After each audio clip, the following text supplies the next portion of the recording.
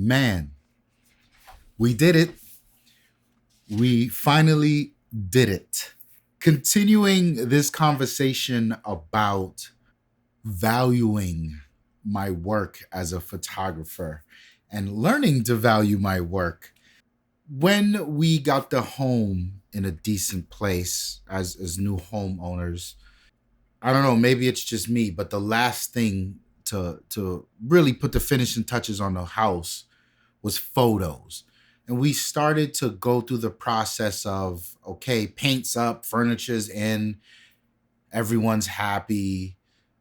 What do we want on the walls of each room? And it's such an amazing process in so many different ways, right? Because it's a mix of worlds colliding for me.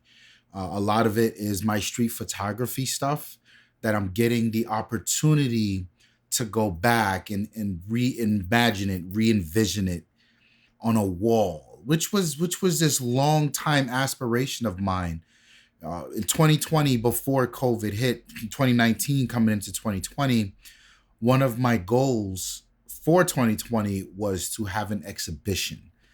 And I wanted to have that toward the end of 2020, which meant the first half of the year, I would have been going out and doing street photography with intention and cohesiveness of a project to have an exhibition. And it never came to fruition, obviously, because COVID, right? So the thought of seeing my street photography work physically and on a wall escaped me for a long time.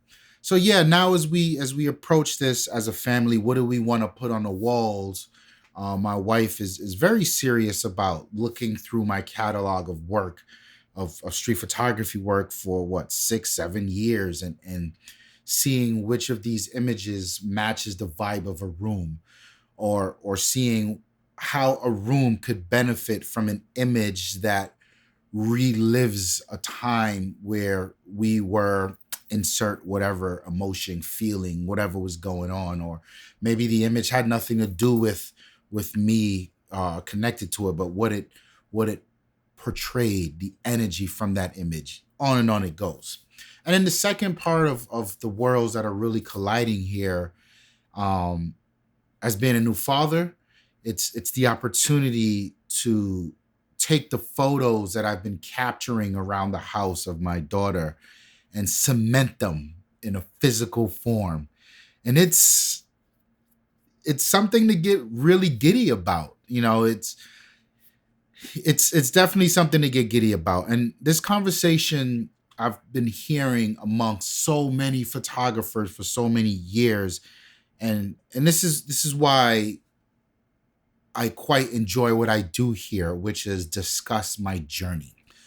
You hear things from people, from different photographers in many different aspects and many different genres, and it's all contextual. And the one thing that can be pretty hard to pull together is no one person is right or wrong. It's just a part of their journey. And when it comes to hearing photographers always talk about, you ain't living. You have not fully realized your artistry until you've printed your work. I've heard it. I've heard it. I've seen it. I've read it. I've been in rooms where, like, it's just, yeah, I hear you, fam, but I don't see a value in that.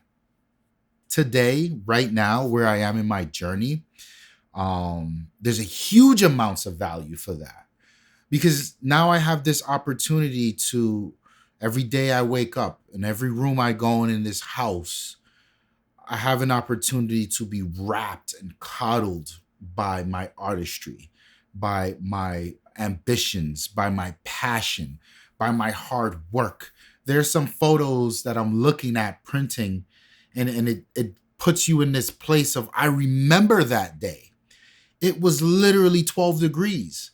And I remember holding the camera hurt because your fingers are cold. And this is with gloves.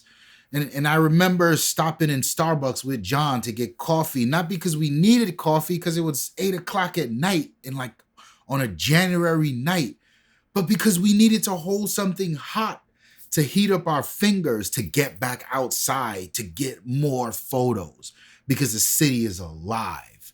Like I remember these things. And John is such a dear friend, and John has spent so much time in this home. Like these photos I want to put up because now when he comes over, like, yo, I remember that. And then we are coddled in that energy. Definitely something to get giddy about. And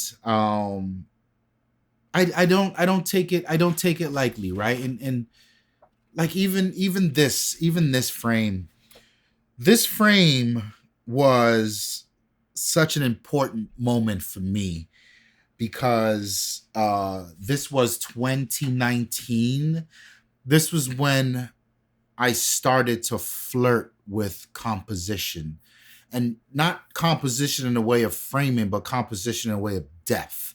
And I started to say to myself, well, what happens when your base level of composition, meaning framing, is acceptable, but what else are you either adding or subtracting to the frame? And one of the things about this was I lived in Coney Island, well, a neighborhood over from Coney Island, but I lived a 15-minute walk away from Coney Island, and it was so accessible to me, and it was Coney Island is this infectious energy of just people, right? People enjoying, people existing, people fighting, arguing. Like there's so much. It's just humanity happens in Coney Island. It's such an eclectic place to be, and there's so many. There's this energy when approaching it from a photographer's perspective. There's so many great photographers that has roamed that same boardwalk, and it's this feeling of at first very intimidating, right? Like you're out there with your camera and people are like, oh, you're a photographer? You think you're a photographer? Do you know who photographed this place before you, right? So you get in your head.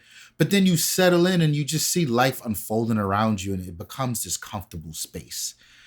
So yeah, accessing Coney Island was an easy win for me to exercise such a complex thought and composition. And really what I loved about how I pulled this image off was I made the decision that um there's so many layers here. There's the wheel that's going, there's the roller coaster, there's the games that's happening. And for me, I purposely waited in this one spot, I'd say uh probably like 15 or 20 minutes. And I took so many different versions of this photo.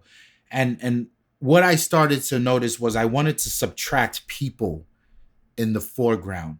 And at first it in my mind it felt like, people in the foreground is kind of cool because it shows how alive the scene is. But it started to feel busy. It started to feel like I don't know. There's too much going on here. And then there was this brief moment of when there was no one there, and I got the very same scene. I was like, oh, that's beautiful. I like that.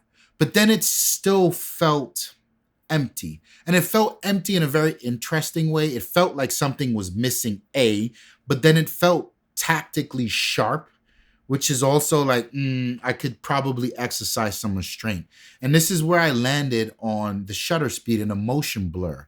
And in doing so, in accounting for the motion blur, I was able to get the ride the way I wanted it. Like, ooh, that's much more interesting. And then the second part of that was people would just come in and going. So I would get a version where there'd be like 4 or 5 people in there, and you would see them, the silhouette, a blurry silhouette of people walking by. And it was like, oh, this felt cool. It wasn't as busy as before, but it still felt too much. And then there was this version of it where there might have been 1 or 2 people. And then ultimately the shot that I got was just one person. And she was lagging behind somebody that was in front of her. So this was a special moment for me because it was about sitting in the scene, making a decision, making an intentional decision that this is what you want to capture, and giving it the patience, the time, the care that it needed to unfold. Not just hit the shutter button and walk away, but like set up shop. This is what I'm doing for the night. This is the photo I want for the night. So this, to be able to see this photo, first of all, going back through this work to see what would, what the wife, what fits her vision for the home, um, was such a dope process. And I'm reliving my work by years, and I'm starting to see like, this is when I figured out auto ISO. This is when I started to play with depth of field versus aperture, because those things are very different, right? And that in itself is dope. But reliving the experience of how much thought and energy I put into this scene and this image, um, got me giddy to print it. And I printed the minute I saw it. Ooh, this is one that I need to print. And in all honesty, I hear photographers say it all the time. They call it the bug. Once you start to print your work, wow. And going back to what I mentioned at the beginning about continuing the conversation to value the work, there are a few, maybe like 5 or 6 images that I sent over to Walmart to print. And my thought process there was, yeah, I don't need to send it to Adorama or some professional print house, because just putting it up in the wall, right? Like in the living room, in the dining room, like no big deal. And then the photos arrived and they weren't bad. In fact, I had very much the same feelings, like, oh, look at my work. This is so dope to hold a physical representation of my work. It was all there, but it felt in the back of my head, it felt like, who's handling my images? I don't get to go to the shop and sit down and say, well, what color profile are you using? And let me see a proof of this, and what paper would be. I don't get to do any of that. It's this draconian upload photo print. It arrives here. Thank God for capitalism, at my doorstep in like 2 days. Like, I wanted more, not creative control. I wanted more creative involvement in my work, and it was worth it. The printer I got, by the way, is the Canon. Ooh, is it the Pixma 200S? A little pricey of a printer, but it's part of their professional line. And the reason I did that is because professional line equals the quality I want. And this can print some nice size prints, which is good for the home. Anything bigger than this, like poster size, I'm happy to send off. But I don't know if I'll be in a place where I will bundle in printed images to my clients. Maybe not. But at the end of the day, I do want to print my photos, be it of my daughter around the house, my wife, family, whatever. I want to get in the habit of printing the photos. So the Canon it was. And here's a little tip for all of you photographers out there. I was able to swindle the wife into getting me this for a Christmas gift. You should do the same. Time is the most valuable asset we have.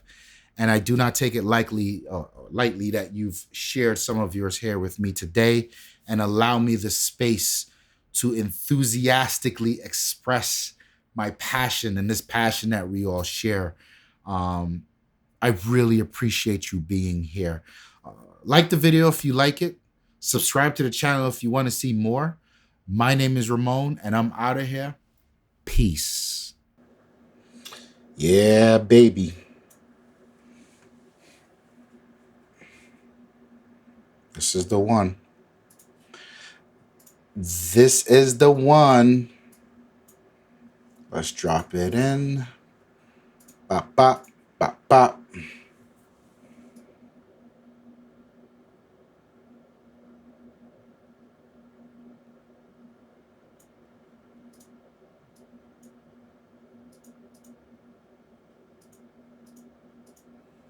Okay. Let's check our settings. Use depth map. Boom, boom, boom. Boom, boom, boom. Such an addicting feeling. Such an addicting feeling. Let's head over to the printer, baby. Yep. I had to tell you,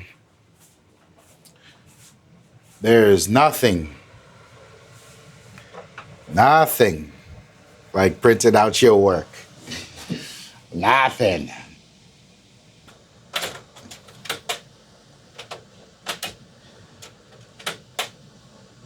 Oh, that's the sound of burning money. You like the lights? This is my fake dark room. This is as much or as close to a dark room I'll ever get.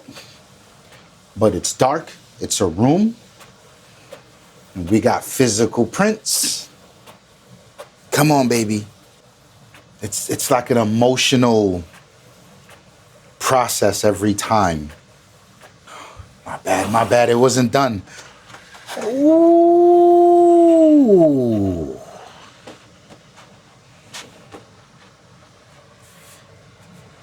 Ooh.